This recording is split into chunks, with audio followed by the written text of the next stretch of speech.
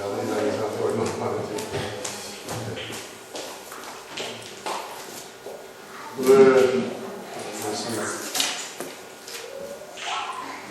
예전에 우리 한번 이 말씀을 이렇게 살펴봤었습니다. 오늘은 좀 다른 각도에서 말씀을 나누고자 합니다.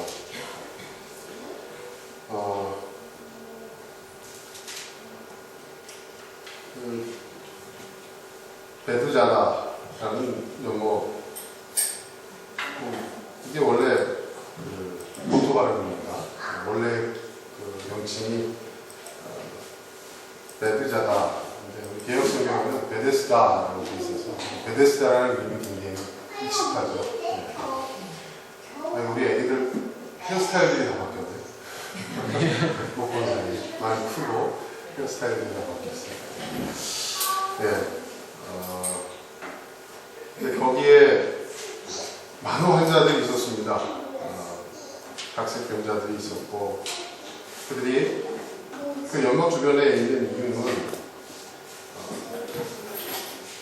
거기 아주 신기한 일이 일어나기 때문입니다. 때때로 주님의 천사가 못에 내려와서 물을 휘저어 놓는데 맨 먼저 들어간 사람이 무슨 병에 걸렸든지 나았기 때문이다. 이런 사건이 있었던 것은 확실한 말입니다. 그러니까 사람들이 이렇게 몰려 있었겠죠. 그렇죠? 자, 거기에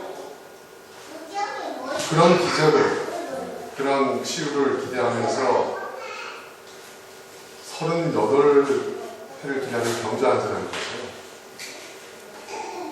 예수께서 누워있는 그 사람을 보고 그토록 오랜 세월을 기다리고 있는 것을 아시고 물으셨습니다.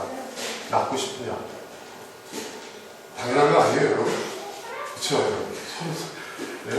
38회를 거기서 기다렸어요. 당연히 낫고 싶겠죠. 낫기 위해서 그 자리에 기다리고 있었던 거 아닙니까? 병자는 당연히 낫고 싶다고 얘기하겠죠. 그런데 그가 낫지 못하는 이유에 대해서 얘기를 합니다. 그 이유가 7절에 나와있죠. 그 병자가 대답하였다. 주님, 물이 움직일 때 나를 들어서 못에다가 넣어주는 사람이 없습니다. 내가 가는 동안에 남들이 나보다 먼저 못에 들어갑니다.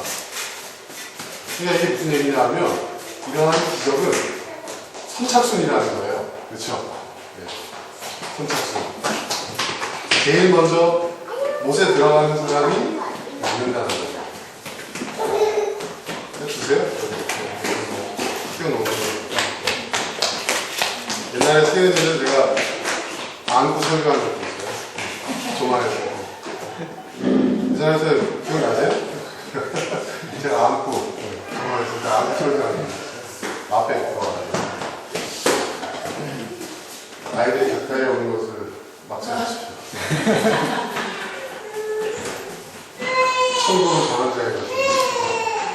자,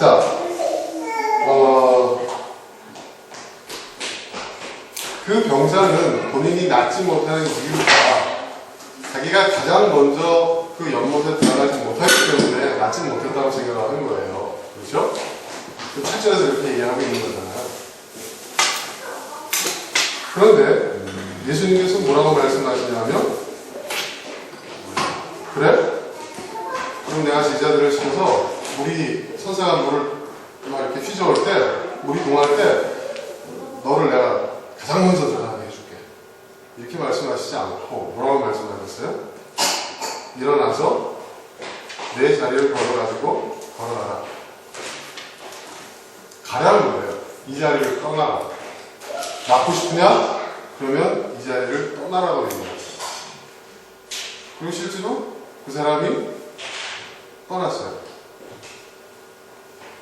그러니까 그런 치유가 일어나는 사건과 그 베데스다 연못물에 가장 먼저 들어가는 것은 아무런 상관이 없다는 거예요. 오히려 그곳을 떠나야 낫는 자예요. 이게 굉장한 역설입니다. 우리는요, 지금까지 신앙생활 하면서 하나님이 우리의 기도에 응답해 주시지 않고 하나님의 축복과 하나님의 은혜가 나에게 필요한 만큼 충분히 주어지지 아니하고 또 나의 삶 속에 누구는 뭐 어떤 기적도 경험했다느니 하나님의 축복도 경험했다느니 하는데 그런 일들이 나한테 일어나지 않는 이유는 뭐냐?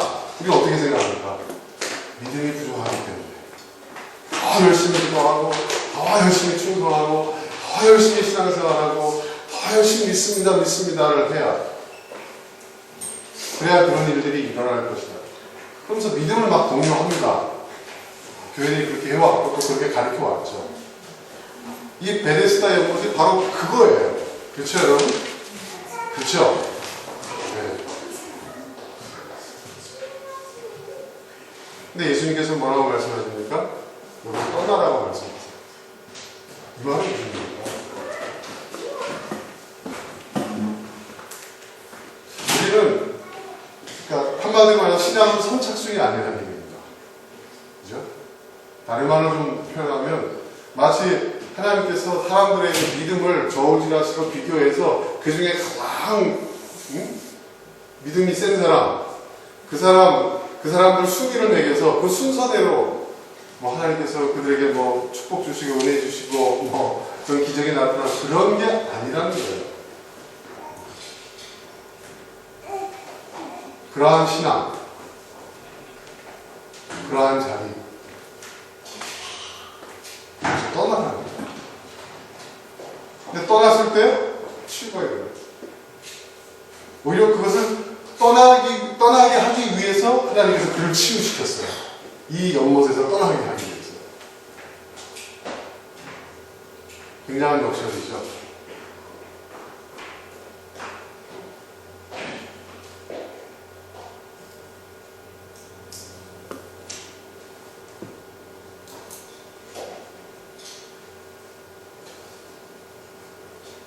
여기서 우리는 믿음이라는 것이 과연 무엇인가를 생각해 보게 됩니다.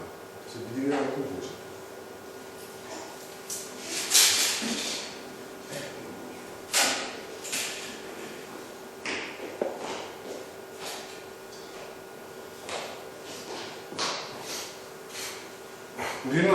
우리가 생각하는 믿음이라는 건 어떤 겁니까?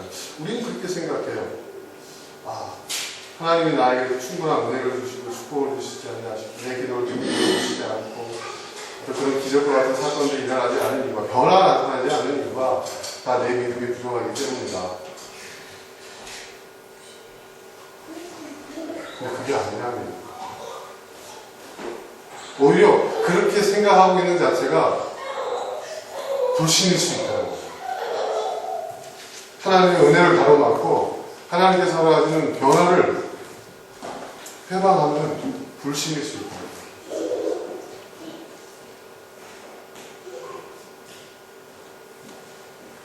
어떤 사람은 그렇게 얘기해요. 이 사람이 그래도 38년 동안 포기하지 않고 인내하며 기다렸기 때문에 그 믿음을 보시고 하나님께서 치료해 주신 것이다 라고 이야기를 하는 사람들도 있어요.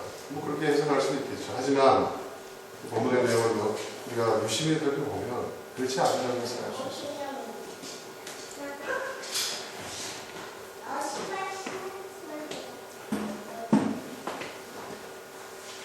자, 그런데 이 사건이 벌어지고 난 다음에 문제가 생깁니다. 왜 문제가 생길까요? 38년 된 병자가 나왔으면 기뻐할 일인데 문제가 생겨요. 어떤 문제입니까? 그날이 안식이에요. 안식일에는 어떻게 합니까? 유대인들의 안식일. 아무것도 하지 않아요. 제가 아는 목사님이 그 성지순례를 가는데 이스라엘에서 그 안식일날 주일이 아닌가? 주일은 우리가 생각하는 주일은 일요일이고요. 유대교의 안식일은 토요일이죠. 안식일이 딱 되었는데 호텔도 전부 쉬더라는 거예요.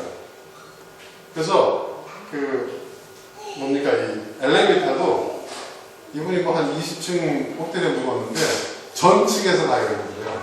조심해서. 너무 불편하고 그랬는데 당연하죠. 벨보이도 쉬는 거예요. 음식도 딱 그날 안식일에 먹을 음식을 갖다가 객실에다가 미리 냉장고에 넣어놓는다는 거예요. 끓여서 먹으라는 거예요. 기내식 같은 것들이 들어온대요. 뭐 그렇지 않은 데도 있지만 유대인이 운영하는 호텔들은 대부분 그렇다는 거예요. 철저하게. 그 안식일은 굉장히 중요한 것이죠. 안식일을 하나님 거룩하게 하셨고 안식일은 쉬라고 말씀하셨으니 쉬어야 된다. 그게 원칙이다. 틀린 얘기가 아니죠. 그런데 예수님께서 안식일날 병자를 고치신 거예요. 이게 문제가 된 거예요. 유대인들이 가서 따지자 예수님 뭐라고 말씀하세요? 하나님이 일하시니 나도 일한다. 이 말은 무슨 말이에요? 하나님은 안식일에도 일하신다.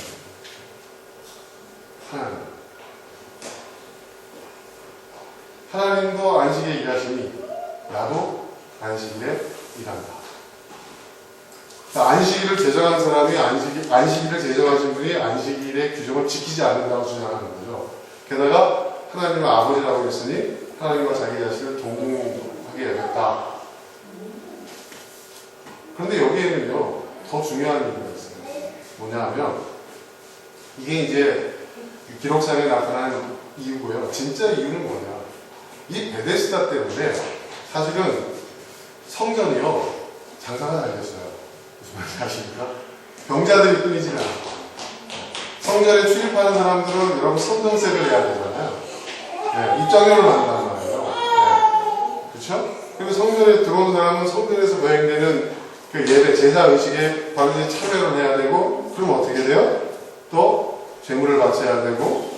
그러니까 베데스다가 사실은 성전에 있어서 굉장히 중요한, 성전을 신성시하고 성전에서 여러 가지 종교 사업을 하는 데 있어서 굉장히 중요한 수입원이 될 수 있는 부분이에요. 그런데 예수님께서 그런 일을 해가셨기 때문에 상당히 그들에게 큰 타격이에요. 그게 이 문자 이면에 있는 이유, 기록 이면에 있는 숨겨져 있는 이유. 아무튼 이런 이유로 자, 이들이 예수님께 따져요. 자, 그런데 여러분 한번 이거를 그런 배경들을 놓고 생각하면서 각자의 주장들, 각자의 논리를 한번 따져봅시다. 여러분 유대인이 안식일을 지켜야 된다. 십계명에 나와 있는 것이다. 안식일을 지켜야 된다. 안식일에는 어떤 일도 보내야 된다. 좋은 일을 할지라도. 왜? 그것은 하나님이 거룩하게 하신 날이기 때문입니다. 이 말 틀렸어요? 이 말 틀렸습니까? 틀린 얘기가 아니에요. 그렇죠? 그리고 베데스다에 있는 베데스다에서 치유받은, 예수님으로부터 치유를 받은 그 38년 된 병자, 그리고 그 병자뿐만 아니라 그 병낫기를 바라면서 그 베데스다 연못 주변에 그 회랑에 이렇게 모여있는 그 수많은 병자들,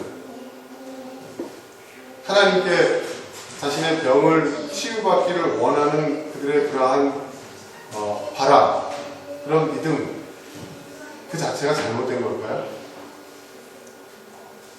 환자가 병낫기를 원하는 것은 잘못된 게 아니죠. 그렇죠?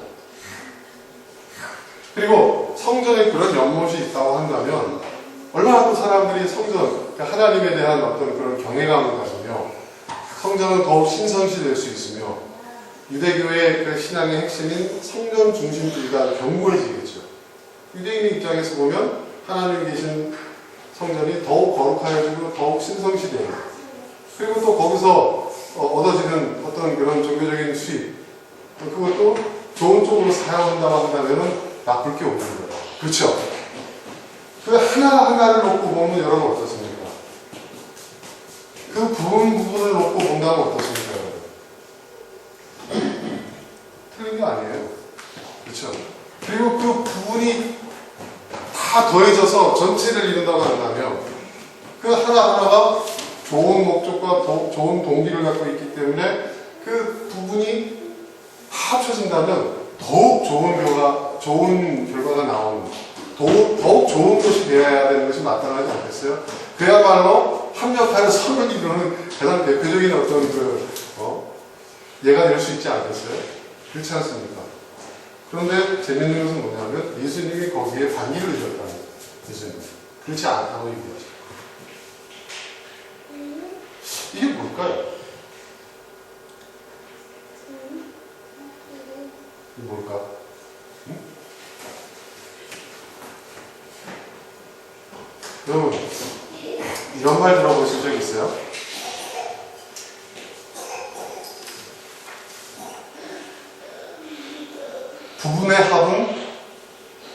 부분의 합은 각 부분을 전체를 다 합하면 그 부분의 합은 전체가 아니다라는 걸 들어보신 적 있어요?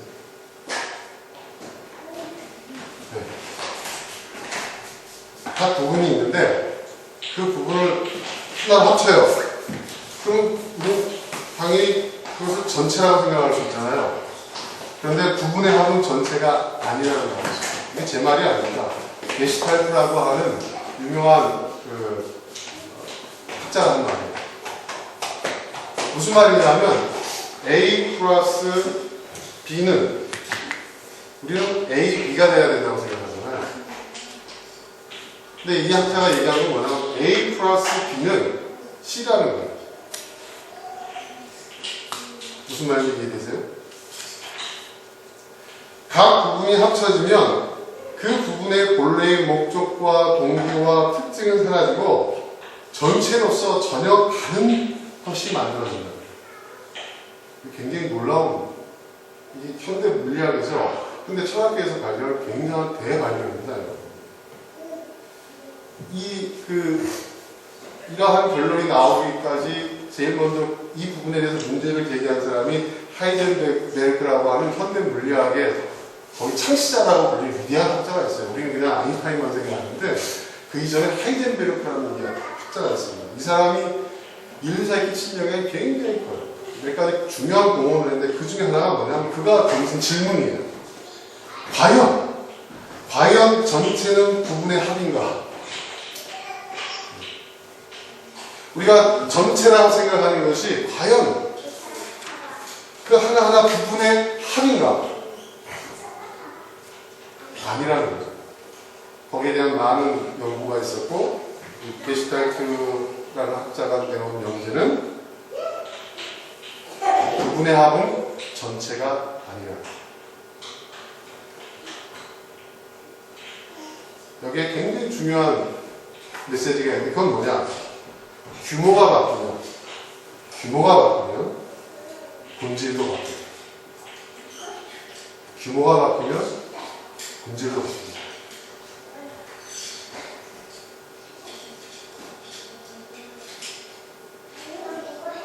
저는 이것을 깨닫고 정말 정말 망치 한 대 그냥 뒤통수 세게 한 대 맞은 듯한 그런 느낌이 들었어요. 여러분 우리가 말하면 논리라는 거 있잖아요. 논리. 우리가 얘기하고 있는 논리라는 것이 우리가 어떤 답을 찾는, 우리가 어떤 문제를 해결하기 위한 답을 찾는 그 어떤 이성적인 어떤 판단, 사고, 어떤 논리, 그 대부분이 어떤 식인 줄 아세요? 자, 예를 들어서 슈퍼가 어디 있지?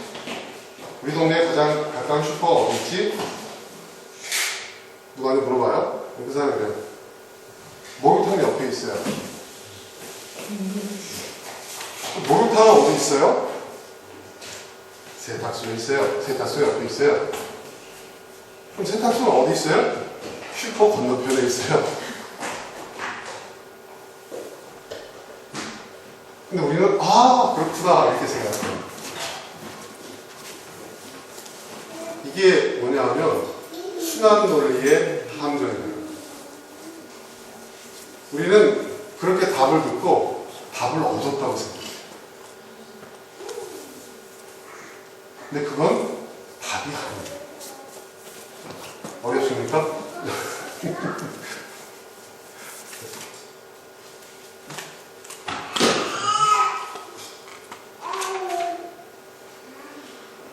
우리가 이 순환 논리에 빠져 있어요. 이 이 순환 논리의 함정에 빠져 있어요.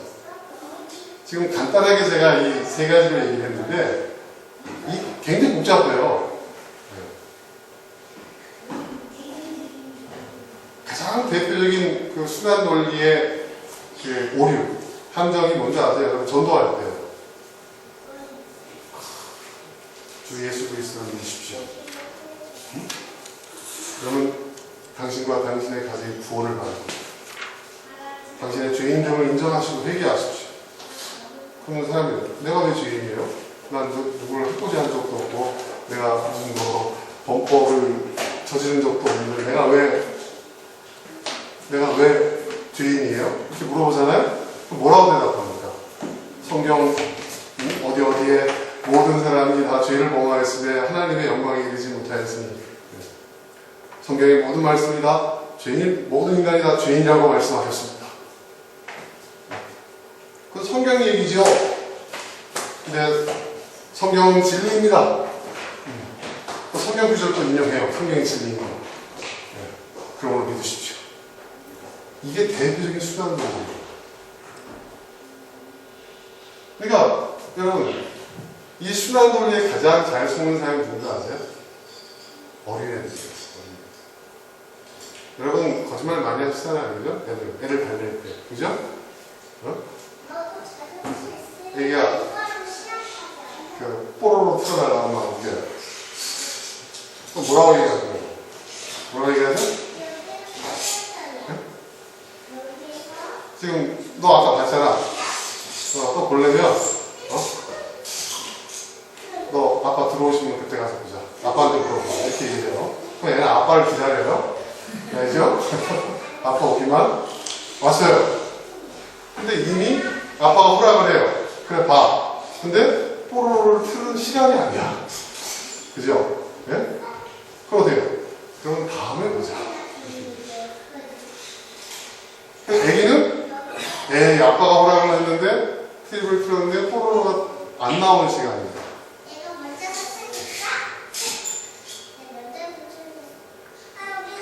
그렇게도 안 해요? 저는 그런 거 많이 써먹었는데.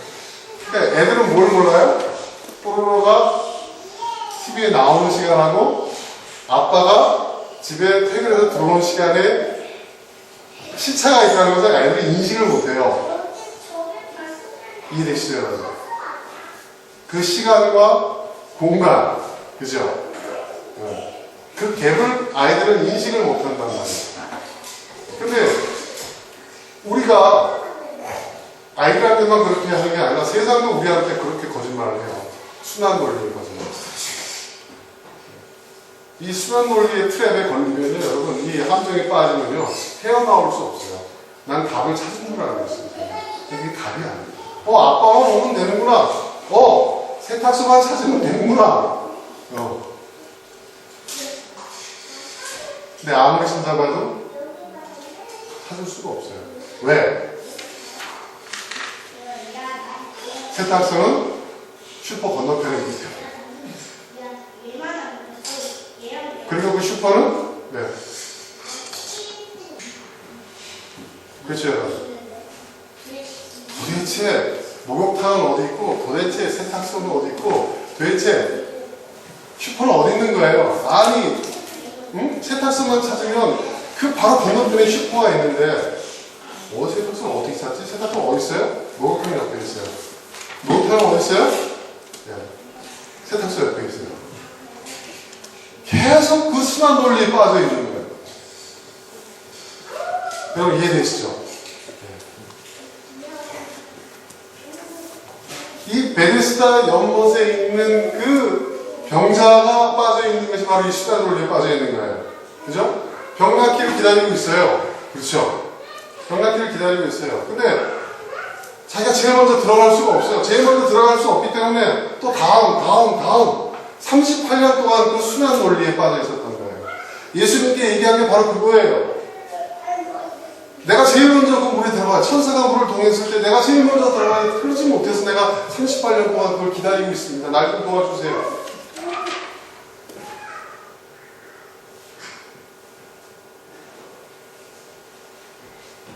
유대인들이 말하고 있는 그 안식의 규정도 순환 논리죠. 그렇죠? 그렇지 않습니까? 하나님께서 거룩한 날로 제정하셨고 그날을 구별하셨고 아무 일도 하지 말라고 했고 그러므로 무조건 하면 안 된다. 이런 일을 해도 안 돼? 저런 일을 해도 안 돼? 무조건 안 된다, 안 된다. 그럼 일에 대한 규정은 뭐냐? 일은 뭐 있어요. 하루에 50분 이상 걸어가면 일이고, 예? 허리 아래 숙이면 일이고, 그게 일의 율법에 나와 있어요, 여러분. 그리고 손을 머리 위로 이상으로 올려도 그게 일이고, 예. 무슨 말인지 아십니까? 예? 뭐예요? 계속 그 순환 논리인 거예요. 순환 논리. 거기에 답이 있어요? 지키기만 하면 돼. 지킬 수 있어요? 지켜지지 않으니까, 찾을 수 없으니까 계속 순환 논리가 나오는 거예요. 그 말은 뭐냐? 답이 아니라는 거예요.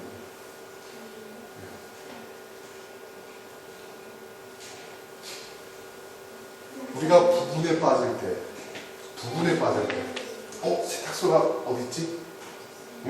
슈퍼 건너편. 네. 슈퍼는 어디 있지? 목욕탕 근처. 네. 이 부분에 빠지게 되면, 우리가 이 부분에 매달리게 되면, 부분에 집착하게 되면, 우리는 전체를 못 보는 거예요. 답은 전체. 전체를 보는 자가 답을 찾을 수 있어요.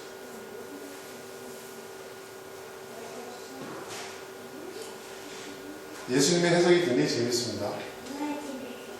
안식일에 무조건 쉬어야 되는 안식일에 왜 당시 예수 이렇게 뭐라고 말씀하셨어요? 하나님 내 아버지가 일하시는 나도 일하지 마. 예수님. 이 말이 굉장히 뭐라고 할까요? 패러독스한 말이에요.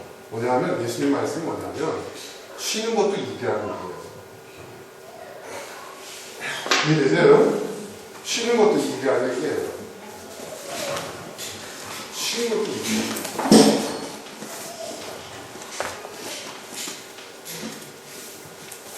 여러분 아무것도 하지 않는 것이 쉬는 겁니까?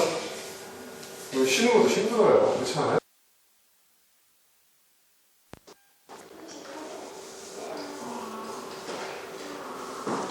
부분에 집착하면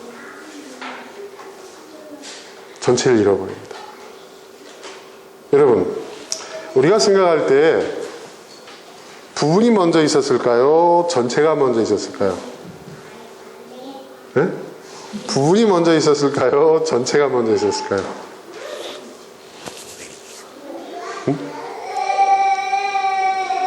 한번 여러분 맞춰보세요. 네.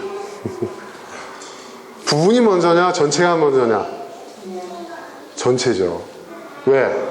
부분이라는 것은 뭐예요? 전체의 부분이잖아요. 그렇죠, 여러분? 전체가 없으면 부분도 없는 거예요. 부분이 있으면 전체가 있다고요? 그거는 개별적인 사안이 되는 거예요. 이해되시죠? 그러니까 우리가 먼저 우선해야 될 것은 뭐냐? 전체라는 거죠.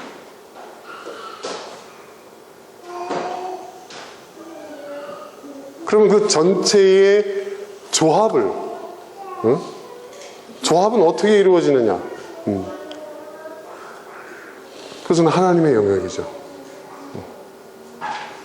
자, 성경에 보면 하나님이 태초에 천지를 창조하시고 사람을 창조하셨을 때 하나님이 사람을 창조하셨다고 아담 이야기가 또 나중에 3장에 나오잖아요. 근데 하나님이 태초에 천지를 창조하셨을 때 이 사람과 3장에 등장하고 있는 이 아담은 여러분 이 별개의 얘기예요. 사실은 하나님께서 천지에 사람을 창조하셨을 때 아담과 하와를 최초에 창조하셨다.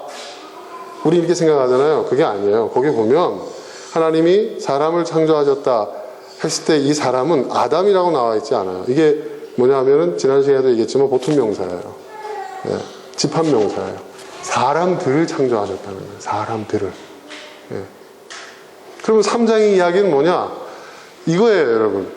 혹시 카메라 여러분 아세요? 카메라에 아웃포커싱이라는 기법이 있어요. 이게 뭔지 아세요? 어디 한 지점에 초점을 딱 집중하면 주변이 어떻게 돼요? 흐려지는 거예요. 예. 그리고 전체를 비추면은 전체를 이렇게 좀 아웃을 해서 보게 되면 전체가 보이지만 좀 인을 해가지고 그 피사체에 초점을 딱 맞추면 주변이 초점이 안 맞아요. 그건 뭐냐? 그 1장과 2장에 나오는 사람을 창조하신, 태초에 천지를 창조하신 그 사건은 전체적인 선언적인 어떤 기록이고, 그리고 그 사람을 창조한 그 사건을 뭐예요? 주민을 한 거예요. 그리고 거기에 집중한 거예요. 예. 이해되시죠? 예. 그러니까 우리가 생각할 때 우리는 이렇게 생각해요. 아담과 하와의 그 가정에서 자녀들이 태어나고 그래서 점점 해서 인류가 만들어졌다. 이 인간 사회를 구축했다. 이렇게 우리는 생각하는데 성경은 반대로 얘기하는 거예요. 전체를 먼저 얘기하고 부분을 얘기하는 거예요. 그 다음에 부분을 얘기하는 거예요. 성경의 관점이 항상 그렇습니다, 여러분. 여러분, 조망한다는 말 있잖아요. 조망. 여러분, 이 전망과 조망이 달라요. 전망은 뭐죠? 전망. 앞에 이렇게 보이는, 앞에서 보는 관점에서 바라보는 거예요. 조망은 뭐죠? 이 조자가 무슨 조자죠? 아침조? 아침에 보는, 아니, 새. 새는 어떻게 해요? 날아오르잖아요. 조망한다는 건 뭐예요? 전체를 본다는 거예요. 전체를. 네, 새의 관점에서, 하늘을 나는 새의 관점에서 내려다보는 거죠. 전체의 관점. 그러니까 성경은 전체의 관점에서 바라보고 있어요. 창세기의 그 천지창조의 사건은 전체의 시각에서 바라보고 있는 거예요. 첫째 날, 둘째 날, 우리는 또 그걸 갖다가 세분해가지고, 그게 야, 태양이 셋째 날이가 넷째 날에 만들어졌는데, 무슨, 그, 첫째 날, 둘째 날, 이게 말이 되냐? 그리고 그게 24시간이 이루어질 수 있냐? 근데 그건 뭐예요? 부분에 매달리고 있는 거고. 근데 전체적으로 보면 뭐예요? 성경에서 말하고 있는 이 날이라는 단어 자체가 현대의 24시간의 개념을 얘기하는 게 아니라 이게 히브리어 욤이라는 뜻으로 그 히브리어 욤이 뜻하는 날은 뭐예요? 어떤 기간. 그 끝을 알 수가 없어요. 언제 시작했고 언제 끝난지는 알 수 없어요. 그러나 그 기간 속에서 이루어진 사건들을 중심으로 얘기할 때는 욤이라는 단어를 써요. 그게 날이에요, 날. 네. 그러니까 우리는 뭐냐, 여러분. 20세기에 이르러서야, 19세기 말 20세기에 이르러서야 인간들이 깨닫기 시작한 게 있어요. 뭐냐? 부분의 합이 전체가 아니라는 걸 깨달았던 거예요. 이게 왜 이런 그 판단을 하게 됐냐 하면 가장 결정적인 사건이 뭐냐면 1차 대전, 2차 대전 그 사건이에요.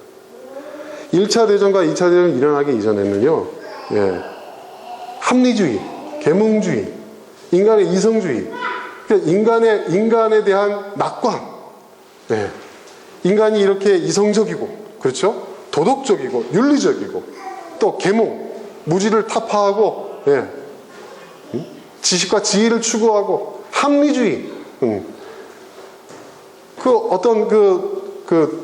어떤 자기의 어떤 그런 욕망이나 고집이나 어떤 그런 독선에 의한 판단이 아니라, 그런 선택이 아니라 전체 합리, 전체의 이치를 따져서 합리, 이것에서 인간에 대한 낙관이 있었어요. 그리고 인류 사회는 계속 발전할 것이다. 그리고 산업혁명 이후에 계속 이 풍요를 누리고 있는 그런 시대였거든요. 그런데 그 1차 대전이 빵 터졌고, 가장 결정적으로 2차 대전이 터졌고, 그리고 거기서 인류 사회에서 가장 큰 범죄인 유태인 대학살이 일어났어요. 그때 인간에 대한 낙관이 다 무너집니다. 낙관이. 그때까지 세계를 지배했던 이 세상을, 그러니까 서구 사회를 지배했던 세계관은 뭐냐면 기계론적인 세계관이었어요. 네. 기계론적인 세계관. 이게 뭐냐면 이 부분이 그 부분으로서의 역할을 완벽히 하면 그 다음 단계로 넘어가고 그 부분이 또 완벽하게 하면 그 기계의 순환에 의해서, 그러니까 여러분 공장에 그 컨베이어 벨트 있지 않습니까? 그 산업혁명 그 시대 찰리 채플린의 그 모던 타임즈에 나오잖아요. 그걸 생각하시면 돼요. 그런 기계적인 세계관이에요. 그러니까 하나의 시스템이에요. 잘 고안돼. 그리고 이것은 계속 돌아갈 것이다. 그리고 그것은 계속 생산적인 결과와 긍정적인 결과를 가져올 것이고 인류 사회는 더 나은 세상을 만들어갈 것이다 라고 낙관했는데 그게 무너진 거예요. 무너지고 난 다음에 뭐가 왔죠? 철학사조에서는 해체주의라는 거. 우리 교수님 계시니까 더 잘하시겠어요. 예술 분야에서는 그냥 다 그냥 해체시켜버리는 거예요. 그죠? 왜 해체시킨 줄 아세요? 그 해체의 의미가 뭐냐면 무정부주의니 뭐니 하면서 딜레탄트니 비평도 많았고 비판도 많았고 지금까지는 논의가 여러 가지 얘기들이 많지만 그 이유가 뭐냐? 우리가 전체라고 생각하고 있었던 것들이 잘못 조합된 것이었다는 거예요. 우리가 조합시킨 그 전체라는 것이 괴물이었다는 거예요. 서구 사회에서 볼 때. 왜?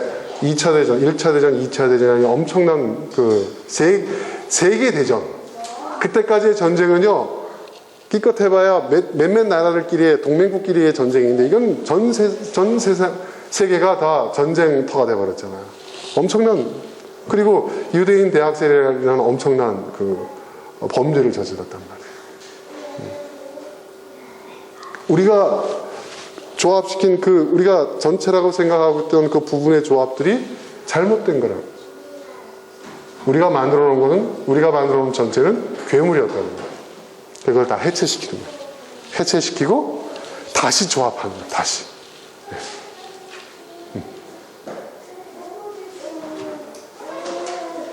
그 시대적 사조 속에서 아까 말씀드렸던 철학자 하이젠베르크가 질문을 던지는 거예요. 전체는 과연 우리가 알고 있는 그 전체는 우리가 알고 있는 부분의 합이냐? 그 화두를 던졌고 게슈탈트가 답했죠. 부분의 합은 전체가 아니라.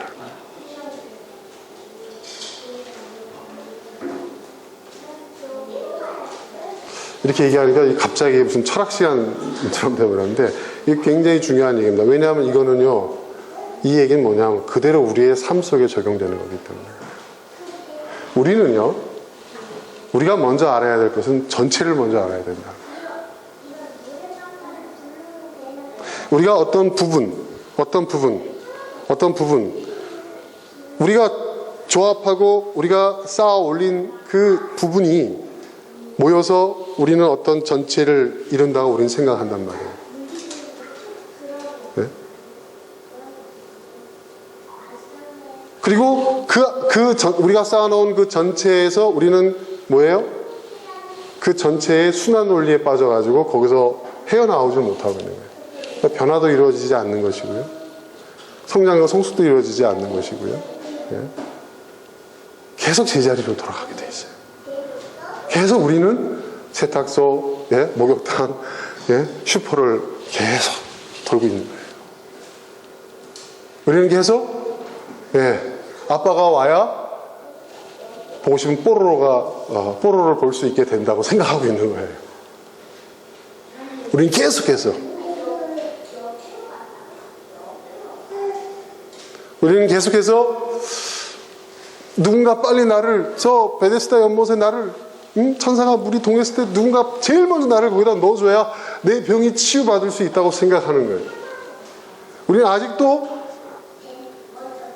안식일에는 아무 일도 하면 안 되는 거예요. 그리고 안식일에 그러면 일이라는 것이 뭐냐? 그 일에 대한 규정, 그 순환 논리에 또 계속 빠져 있는 거예요. 우린 그렇게 살아가고 있는 겁니다, 여러분.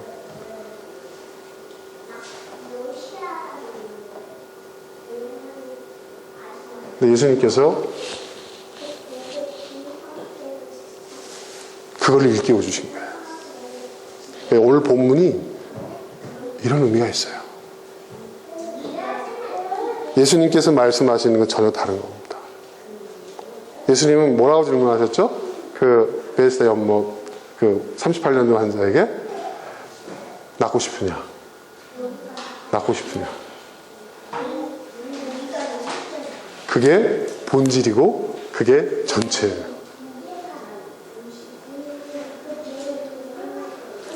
이 38년으로 환자가 얘기하고 있는 전체는 뭐예요? 천사가 물을 동했을 때 내려와서 하늘에서 내려와서 물을 동했을 때 빨리 연못에 나를 데려다 주는 거. 예. 이게 그 사람의 본질이에요. 이 사람이 보고 있는 전체의 본질이에요. 이것만 해결되면 돼. 예. 그런데 아무도 그 사람을 도와줄 수 없어. 예. 이번엔 뭐 이런 이유 저런 이유 계속 또 그 순환 논리죠. 근데 예수님께서는 그게 본질이 아니라 그게 전체의 본질이 아니야. 전체의 본질은 네가 낫는 거냐 그거죠. 네가 낫기를 원하느냐. 오히려 그러한 관점에서 본다면 그 베데스다 연못에 앞으로 100년을 더 기다려도 낫는 일이 벌어지지 않아요. 그렇죠? 떠나야 돼요. 그의 치유는 베데스다에서 벗어나는 것에서부터 시작되는 거예요. 뭐 실제로 예수님 고치시긴 했지만 그 상징적인 의미가 그렇다는 거예요. 이해되시죠, 여러분? 안식일도 마찬가지예요. 그 안식일의 그 어떤 안식일을 지켜야 한다는 그 율법주의라는 그 전체, 그 본질, 안식일에 아무 일도 하면 안 돼. 그렇게 생각하고 있는데 예수님은 거기다 뭐라고 말씀하시냐면 쉬는 것도 일이다. 쉬는 것도 일이다. 그러니까 이 얘기는 무슨 얘기냐? 너희가 그럼 일하면 안 돼. 안식일은 쉬어야 돼. 그러면 그 일의 그 규정, 일이라는 건 뭐냐? 어디까지 일이냐? 하는 그 순환 논리에 빠져 있는데 그 자체가 무의미하다는 거예요. 여러분, 쉬는 것도 쉬는 게 뭐 가만히 우리가 누워가지고 침대에 누워있어서 가만히 있으면 그게 쉬는 겁니까? 그게 더 힘들지 않겠어요? 우리가 휴일날 뭐 하죠, 여러분? 뭐 합니까? 자전거도 타고 등산도 하고 산책도 하고 애들하고 놀고 하다못해 TV라도 보지 않습니까, 여러분? 안식일날도 TV 보면 안 돼요. 유대인의 건데. 그 일입니다. 왜? 머리를 자꾸 써야 되거든요. 보면서. 네. 배고프면 나가서 우리 외식도 하잖아요. 근데 유대인의 규정에 의하면 외식하면 안 돼요. 네. 그것도 일이에요. 그러니까 말도 안 되는 일들이 자꾸 벌어지는 거예요. 네. 그러면서 우리는 안식일을 지켜야 돼. 그게 뭐예요? 진리는 인간을 자유롭게 하는 게 진리인데 네. 인간을 더 억압하잖아요. 그죠? 저는 그게 더 스트레스인 것 같아요. 안식일을 지키는 게 일인 것 같아요. 그렇지 않습니까? 근데 예수님은 본질을 지키신 거예요. 쉬는 것도 일이다. 그 말은 무슨 얘기냐? 너희들이 안식일 날은 아무 일도 하지 말고 쉬어야 된다. 일하면 안 된다. 그 일. 너희들이 집착하고 있는 그 자체가 부분에 집착하고 있는 거고, 그런 부분의 합이 하나님이 안식일을 제정하신 그 본래의 본질과는 전혀 무관한 억압이라는 것이죠. 그걸 일깨우신 거예요.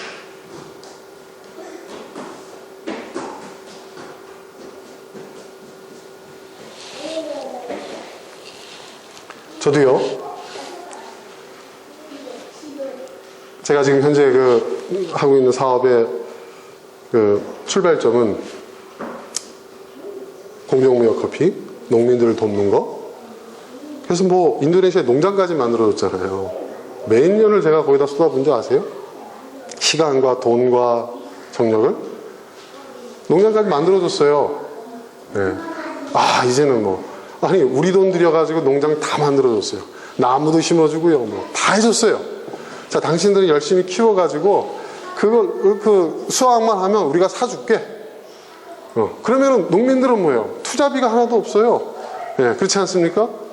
그리고 자기들이 일이 없었는데 안정적인 일자리가 생긴 거 아니에요. 얼마나 좋아요. 그리고 그 소유도 협동조합으로 넘겨줬으니. 그러니까 저보고 뭐라고 얘기한 줄 아세요? 저보고 신이 보내준 사람이라는 소리까지 들었어요. 저한테 그렇게 불렀어요. 제 인도네시아 별명이 그거예요. 근데 그 사람들이 말하는 신은 알라죠. 예, 이슬람이니까. 근데 그렇게까지 했는데 불구하고, 자, 결과는 뭐죠? 자, 수확했어요. 커피를 사러 갔어요. 예. 우리한테 커피 안 팔겠대요. 안 팔겠대요. 왜 안 팔까요? 딴 데서 더 비싸게 사주겠다는 거예요. 저는 그때 얼마나 충격받은 줄 아세요, 여러분? 이럴 수가. 그동안 들어간 돈, 시간, 응? 그건 다 접어놓고 그래도, 아니, 내가 그렇게, 응? 선의로서 내가 희생하면서 그렇게까지 해줬는데 이 사람들이 이럴 수가 있어.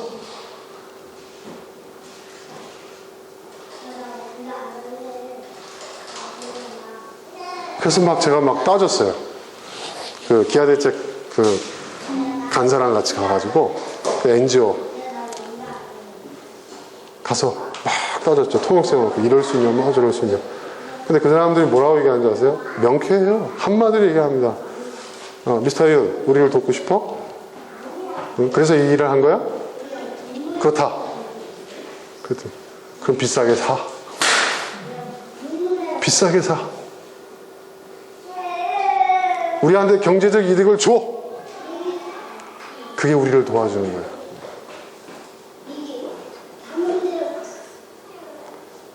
당신이 우리를 위해서 애쓰고 수고한 것에 대해서는 감사하고, 아침 저녁으로 우리가 알라에게 기도할 때마다 당신의 고마움을 우리는 기도할 것이고, 그건 그거고. 저 그때 굉장히 큰 충격이었어요. 아니, 그들을 원망했었는데 스스로 부끄러웠어요. 저는요, 이렇게 내가 선의를 베풀고 내가 이렇게 해주면 그 사람들이 우리에게 그에 상응하는 행동을 할 거란 기대가 있었어요. 근데 그 사람들은요, 철저한 거예요. 그건 그거고, 그건 나에게 감사하고 신께 감사할 일이고, 비즈니스는 비즈니스라는 거예요. 그리고 실질적인 도움을 주는 것은 바로 그거라는 거예요. 우리에게 더 많은 콩을 더 비싸게 사줘라. 그렇게 얘기를 하더라고요. 저는요, 부분만 보고 있었단 말이에요. 부분만. 아, 저 사람들, 일거리도 없고, 아, 농사를 짓는데 반나절 농사 짓고 그냥 쉬거든요, 집에서.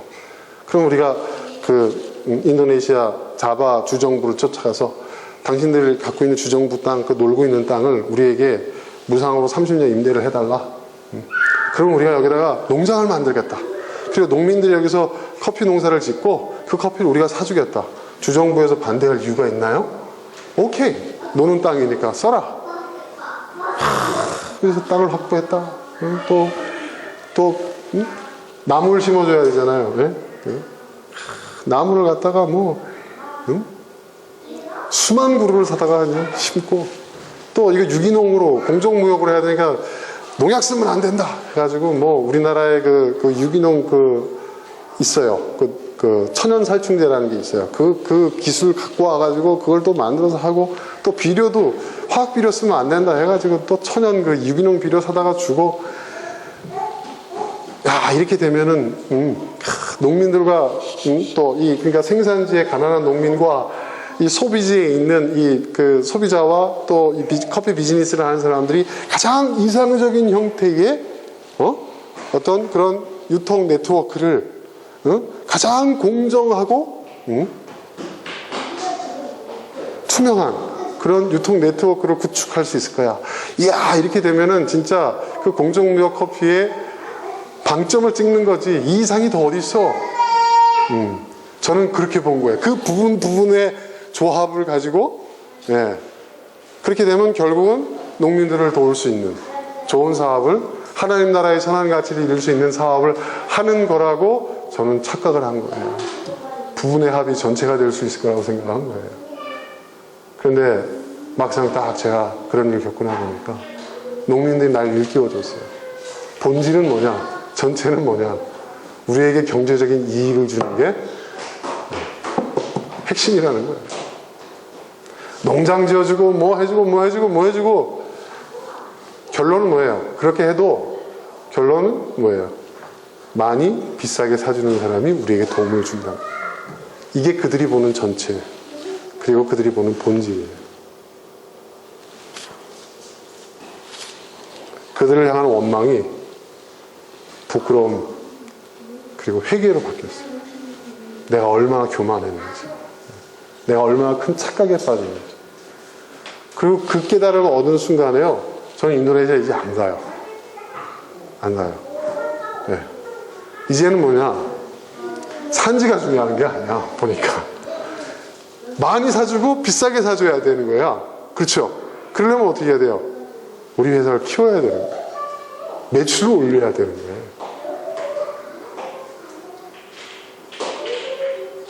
남들이 다 하고 있는 건데 이제야 제가 그걸 깨달은 거예요.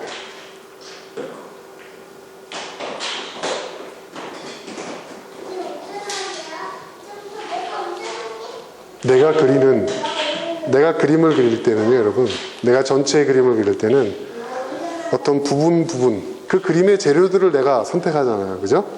네. 요거.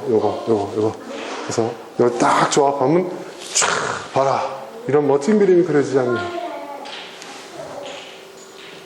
그리고 그 그림이 얼마나 좋은 그림인지, 얼마나 그럴듯한 그림인지, 얼마나 타당한 그림인지를 순환 논리 풀어나죠. 그럼 그 논리에 빠져가지고, 그 함정에 빠져가지고, 그래, 완벽해. 이것만 이루면 끝이야. 팍 깨져버리는 거죠.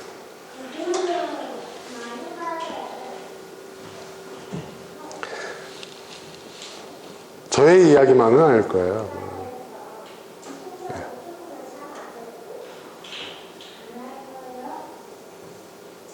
제가 보려고 본 게 아닌데, 늦게 들어오는 아들 기다리다가 제가 종편 TV에서 부부 클리닉? 그걸 보게 됐어요.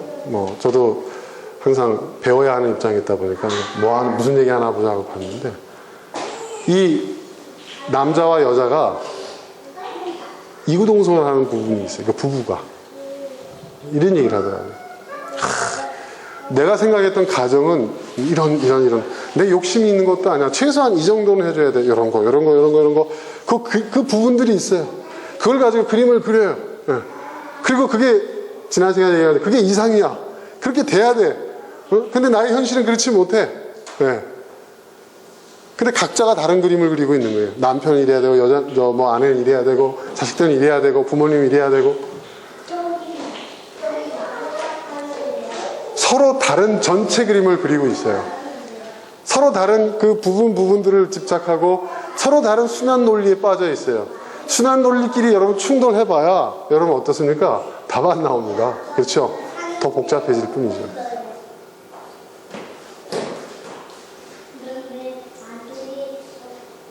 근데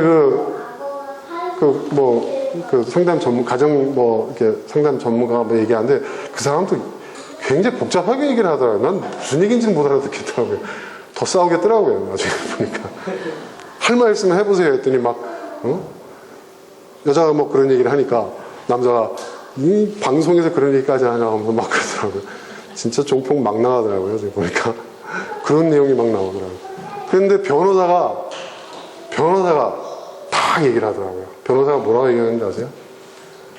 건강 프로에 자주 나오는 이혼소송 전문 변호사인데 그 사람이 본질을 딱 짚더라고요. 이혼하기를 원하세요? 딱 그렇게 얘기를 하더라고요. 네. 이혼하기를 원하는 거예요. 그랬더니 둘 다 아니래요. 둘 다 아니라는 거예요. 네. 그러니까 둘 다 이혼하기를 원하지 않는다는 거예요. 네. 결론 나버렸죠. 그렇죠, 여러분? 네? 결론 나버린 거 아니에요. 그게 본질이고 그게 전체인 거예요. 이야, 이 변호사가 다르긴 다르더라고요. 네. 핵심을 찌른 거예요. 이런 이유, 저런 그림, 그거 다 의미 없다 이거예요. 그럼에도 불구하고 계속 살 의사가 있느냐, 없느냐, 그걸 묻는 거예요. 핵심을 찌는 거예요. 그러니까 예수님이 낳고자 하느냐? 바로 이게 그거예요. 네. 낳고자 하느냐? 살 의사가 있으면 그럼에도 불구하고 사는 거고, 그렇죠? 그러면서 그 그림을 맞출 수 있으면, 각자가 잘못 그리고 있는 그림을 수정해 나가면서 맞출 수 있으면 금상첨화고, 아무리 좋은 그림을 맞춘다 할지라도 의사가 없으면 헤어지면 끝나는 거지. 뭘 그렇게 복잡하게 얘기하냐 이거예요. 그랬더니 사회자가 황급히 끝내더라고요. 와, 그 변호사 대단히 유능한 변호사. 본질을 얘기하는 거예요. 뭐가 진짜 중요한지. 여기 굉장히, 저는 우리가 살아가면서 지금 우리가 겪고 있는 많은 문제들이 그런 문제가 아닐까. 예. 이게 가정의 문제든, 자녀와의 문제든, 예? 또 사회 생활의 문제든, 또 직장의 문제든, 그렇지 않아요, 여러분?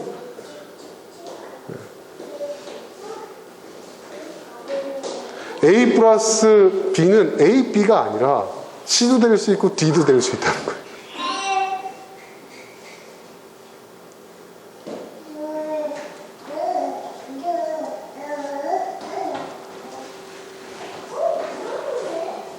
이게 오늘 본문을 통해서 예수님이 우리에게 일깨워 주신 교훈입니다.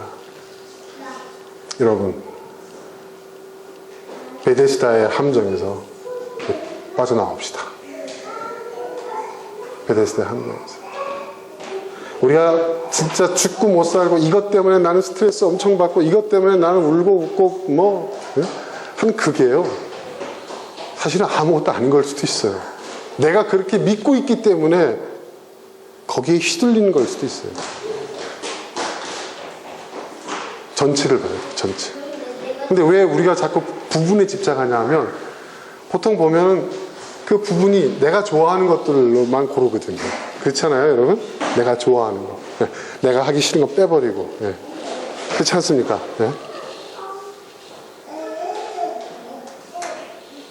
그런 그림을 아무리 멋지게 그려도요, 사실은 그게 망하는 그림일 수도 있어요. 그러니까 여러분, 특히 이게 될지 모르겠습니다. 왜냐하면 저의 경험에 비춰볼 때도 잘 안 됐거든요. 저도 5학년이 돼서야 이걸 깨닫기 시작했으니까. 그죠? 네.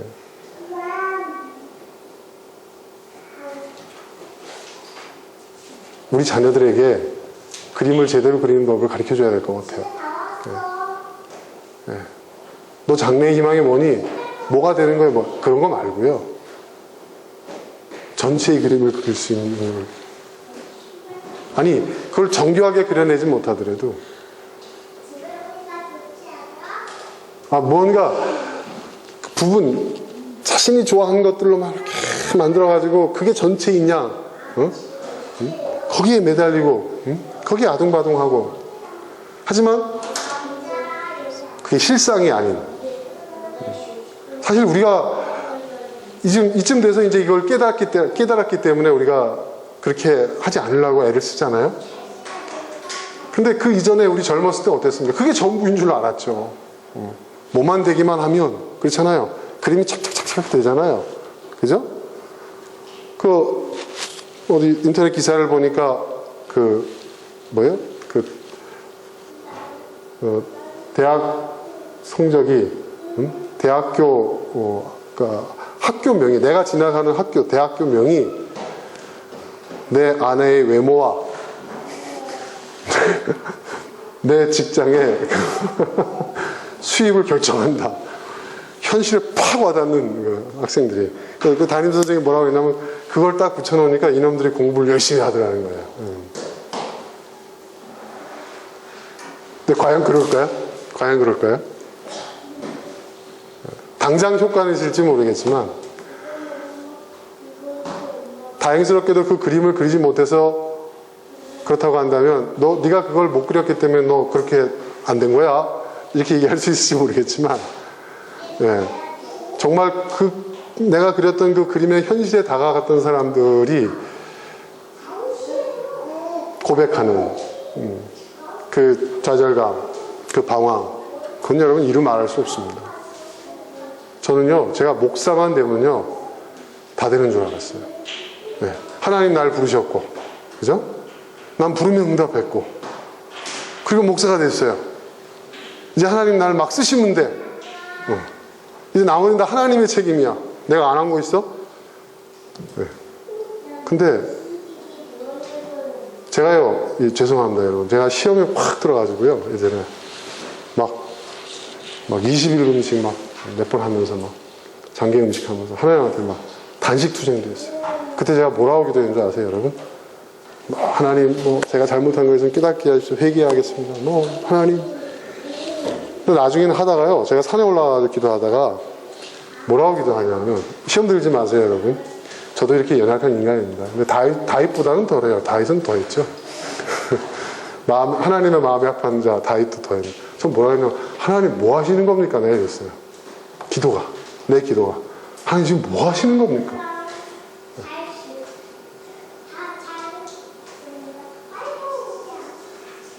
근데 한참 뒤에 깨달았어요. 한참 뒤에 깨달았어요. 그게 아니에요.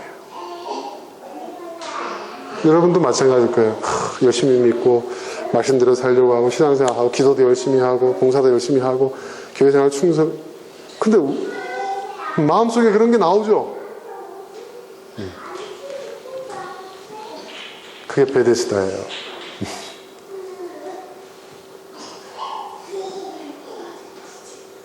사는 길은 거기서 벗어나는 겁니다.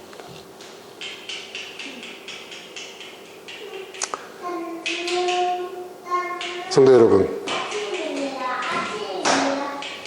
한번 따라해 보십시오. 이거 하나만 건져가셔도 큰 거 건져가시는 겁니다. 따라해 보십시오. 부분의 합은 전체가 아니다. A 플러스 B는 A, B가 아니라 C가 된다. 네, 요거를 기억하시길 바랍니다. 네, 그리고 여러분 삶 속에 오늘 함께 나눈 이 말씀을 한번 깊이 들여다보시고 한번 적용해 보시길 바랍니다. 자, 이제 우리 함께 기도하겠습니다. 오늘 나눈 말씀 듣고 저희 앞에 함께 있습니다.